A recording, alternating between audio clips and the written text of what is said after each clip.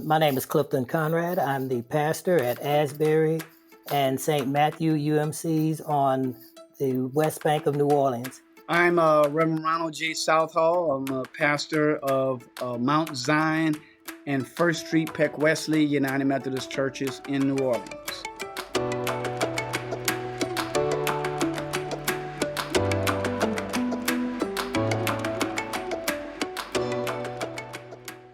Welcome in, everyone, to the Louisiana NOW podcast. I am your host, Todd Rossnagel. We thank you for listening to today's episode.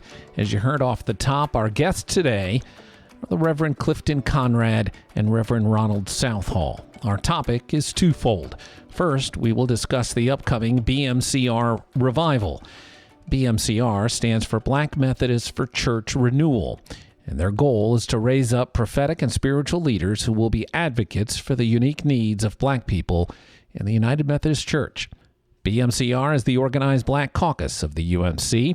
It's one of the denomination's 5 U.S.-based racial ethnic caucuses, and it represents more than 2,400 Black United Methodist congregations and approximately 500,000 African-American members across the United States, including those in Louisiana. They are planning a BMCR revival in Louisiana Thursday, June 11th at 7 p.m. We'll get to that in today's episode, and we'll also discuss the current state of affairs regarding race relations. Both Ronald and Clifton sharing insight and offering their perspectives, and what I hope you find to be an honest conversation. But we begin with the BMCR revival, the first virtual revival for BMCR Louisiana.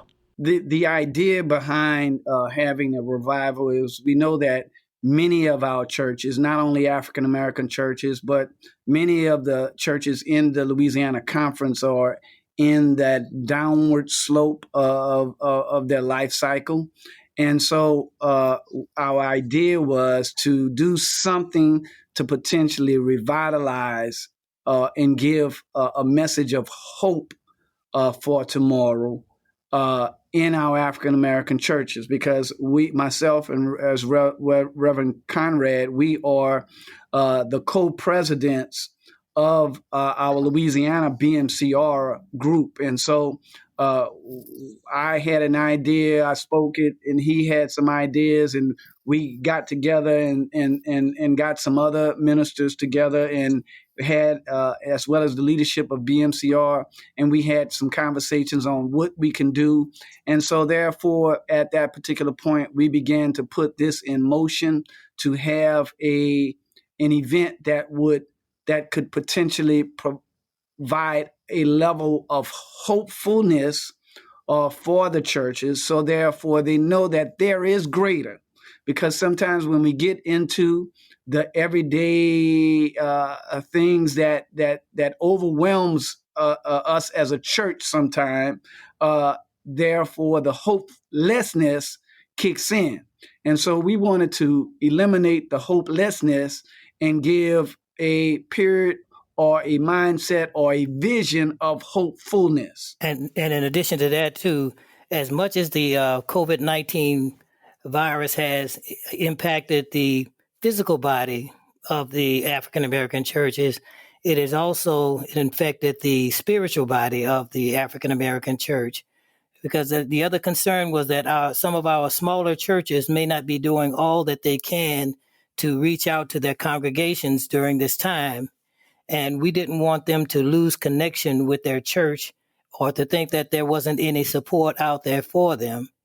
And that through this revival, we would hope to let them know that there is still a greater connection, a greater outreach that can be provided by those of us outside of their own personal churches, and to bring them in and to encourage them and to make that aura not stand for just renewal, but for revival, for reinvigoration, for refreshment, and all those things that the church needs coming out of the COVID-19 pandemic. And we have Bishop James Swanson, who is the resident bishop for the Mississippi Conference. And if you have not heard him speak, you're in line for an inspiring word.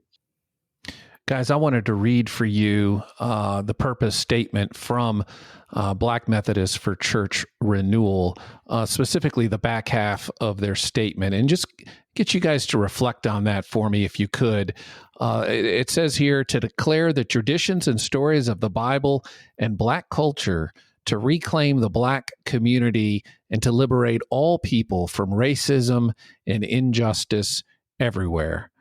What are your thoughts as you hear those words? I would say in hearing those words, it is a powerful impact statement in which, as the African American churches or African American pastors have had the responsibility to educate and encourage our community in the midst of the injustices that we have had to endure throughout the beginning or the continuation of what we know as the United States or the American experience. The African American church has had a different experience in America, and therefore racism and other injustices are the things that we have had to endure, experience, and most importantly, overcome. And so we have to speak a level of strength to our congregation over the years. We have had the responsibility to educate in our churches. We have had the responsibility of organizing in our churches. And so those types of things is what allowed our people to get through those injustices of the past, where the level of hopefulness through the ending of slavery. And then as we go and transition years later, we're not talking about 10 years or 20 years, but we're talking about from the end of slavery to the civil rights movement, we're talking about several decades later. And so through the civil rights movement, that was a period of inspiration and encouragement of strength to move past the injustices and know that we can overcome. And so that's is something that we, even still today, there is still injustices in America, and we have to preach hopefulness to our people to overcome any injustices that we incur. Clifton, I heard something the other day that resonated with me. I read that racism is nothing new, as we know, in this country. It's just that racism is being filmed. And that's an interesting point, because when BMCR was first formed, it was formed in order to make sure that the Black and African American church always had a place at the table and a strong voice in the function and moving forward of the United Methodist Church. But now that we've now peeled back the layers on racism, and it's now in our face because of the handheld cameras that we have with our phones and things like that, that even those things that we thought we were past, we realize that we are still dealing with them. And it comes from a basic misunderstanding of what racism actually means. Because when we use the word racism, we're not talking about just bigots and prejudice and things like that, because there's a difference between being a bigot and being a racist. That racism comes from the inherent power and privilege that one culture thinks that it has over another. So even though you might not be prejudiced or a bigot, you can still be a racist, because you're always thinking that that person that is next to you might be second class, or they need some outside permission to do the things that they already have the abilities to do. And now that we are looking at things like George Floyd and Breonna Taylor and Ahmaud Arbery, and I can go on and on and on and on, it looks like racism has just taken the form of being a part of the nightly news, and it's so in our face now that we don't know how to deal with it except to come at it with violence.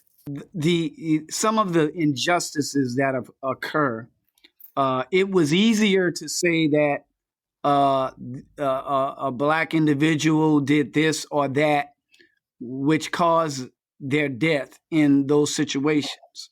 And so now, with the ability of social media, there is the ability to see those things, because now any individual has greater power by videoing and displaying that video, which gives the multitudes the ability to see the injustices. And so we see that when people are oppressed, there comes a time where frustration overcomes. And therefore, sometimes that frustration comes out in a negative way. I personally don't condone any of the negativity that or the destruction of communities, because ultimately the people in that community suffer, because when their grocery stores or their drug stores or other stores in their immediate area is destroyed, that makes them have to travel to other communities to get the necessary food and services that they need to survive. And so the peaceful protests in which the Reverend Dr. Martin Luther King utilized and implemented, the peaceful protest of nonviolence is the greatest tool to utilize, because many people would not have known what was going on in the civil rights movement if it was not for the medium of television. And so the television medium broadcasting the injustices during the civil rights movement gave people an ugly look at America. And because of that look, America saw itself differently than it envisioned. And so therefore you had people from all across the country coming down to the South during the civil rights movement to stand up against injustice. You're seeing the same thing that have happened over generations, even after the 60s, in the 90s with Rodney King, just a couple of years ago with the number of killings of innocent Black men, and now here today, this year, with the kneeling down or placing your knee on an individual's neck, which ends their life. That is an injustice, and it is incumbent upon people to stand up against those injustices.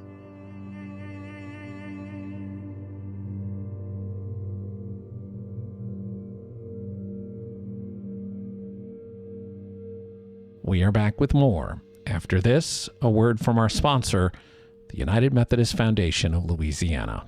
Ever since the pandemic, many people are giving thought to their estate planning. Well, the foundation has a free 5-week seminar by mail that is available by request. Each lesson in the United Methodist Foundation of Louisiana's free estate planning course is written by a Louisiana tax and estate planning attorney and offers information specific to our unique state. When you complete the course, you'll receive a free booklet, Protecting Your Legacy, a guide to planning your will and your trust. It's all free. Start creating your legacy today. You can find out more information by heading to their website, umf.org. Back now to our conversation with Pastors Ronald Southall and Clifton Conrad. And I asked each of them, as a white man, how I can speak, how others like me, privileged white persons, can speak to and respond to racism in America. Well, this is a good start in that you're giving us this platform, so therefore we can communicate with a number of people across the state of Louisiana. in the Louisiana Conference. That is an opportunity. Also, we need to be able to have open dialogue. Open dialogue. A lot of the times, if you look during the civil rights movement and before that, people did not know. Many Caucasian or Eurocentric people did not have relations with African Americans, but in a subservient position. And so, therefore, you fear what you do not know. And so, having open dialogue with everyone, not just some of the people, because my churches, along with some other churches, we had some cross cultural dialogue. However, the people from the Caucasian church that participated, they were already of like-mindedness. It is those who are not of the like-mindedness that need to be able to sit down, understand. We need to have dialogue in order that we may hear each other, in order that we may come to know one another, because as we come to know one another to an even greater level, there is not the ability, or there's less of ability to do something negative against someone who we see as a brother or a sister in Christ.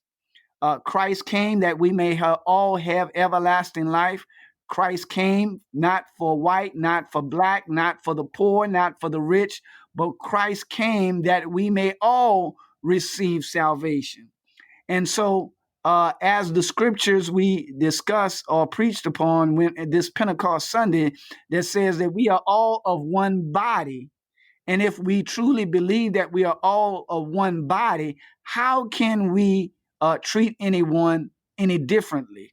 If we go to the scriptures of Matthew 25, where there was the discussion where Jesus was teaching, and the disciples was asking, Lord, when did we do this for you? And Jesus responded, when you did it for the least of them, you did it for me. When you clothed those who did not have clothing, you clothed me. When you fed those who were hungry, you fed me. When you visited those who were sick, you visited me. And so if we come to the understanding, if we truly say that we have Christ in our heart, we have Christ in our soul, that we truly love God, our Creator, then we cannot hate our neighbor. We can only love that which God created, and our brothers and sisters, whether it's of a different age bracket or a different race, we should love one another. And Todd, if you don't mind, if I share a story with you, because I realize that I'm just a little bit older than both you and Ronald. Sure. But I went to high school in Baton Rouge. I graduated from Tara High School in 1974. And the summer before my senior year, we were given an opportunity to be able to be nominated to attend Boys and Girls State.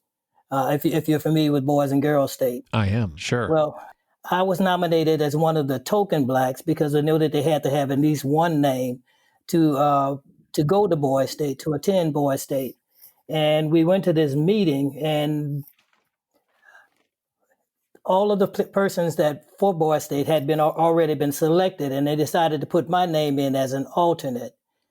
As I was getting ready to leave the meeting, the man that was conducting it, a white gentleman from the American Legion in Baton Rouge, he stopped me and asked me to come back in because he wanted to talk to me.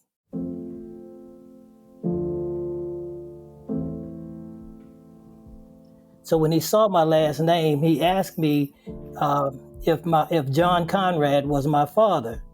And I looked at him real strange because John Conrad was my grandfather who I had never met. But when I told him that no, he wasn't my father, he was my grandfather, he told me the story how when he was a little boy, that his family didn't have a whole lot of money.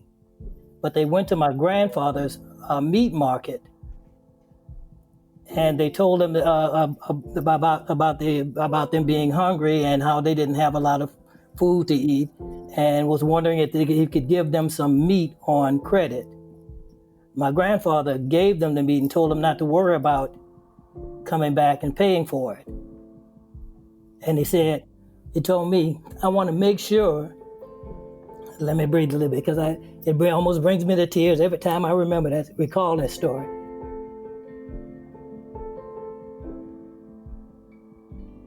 He wanted to make sure that I had a place to be able to represent Tara High School, a predominantly white school, as a member of that particular year's boys' state. I'm saying all that to say this. As we are incorporating everything that's and looking at everything that's going on right now, it is important for privileged whites to look at what's going on through the eyes of those that it impacts most. And that our stories can't be incorporated and told by anybody any better than we can do it for ourselves. We love the support and to know that people recognize their privilege. But until that privilege is lost, I don't think they can ever really fully identify. They can sympathize with, but they can't empathize with what we've been through. But when you develop that sympathy for the plight that's going on with everything in the country and sometimes even in the church, that's all that it takes. And it's for you to display and to when you talk to your congregations and other cultures, to let them know how you can relate through the sympathetic act of understanding what we've gone through.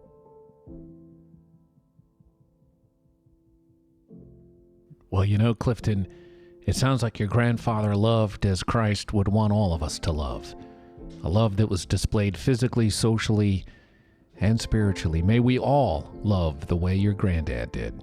Amen. Thank you, Todd. And that was the point, and that was passed on through my dad, because there's stories I can tell you about my dad, but I know you don't have time for all those. Well, perhaps one day we can get to those stories.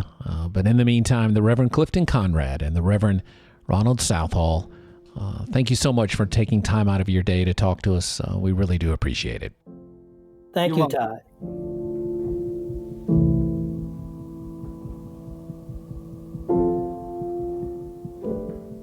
The Black Methodists for Church Renewal Revival in Louisiana is set for Thursday, June 11th at 7 p.m. It is a Zoom webinar, and we've included a link to register on the show notes of this episode, and you can also head to our website, la-umc.org, for more information. We thank you for listening to today's episode of the Louisiana Now podcast, and we ask that if you enjoyed this episode, to please share it with a friend. And remember to subscribe to the podcast. For our producer, Mary Burley, our sponsor, the Foundation, I am your host, Todd Rossnagel, and as we say goodbye, may we all remember to share the love and grace of Jesus Christ to everyone we meet.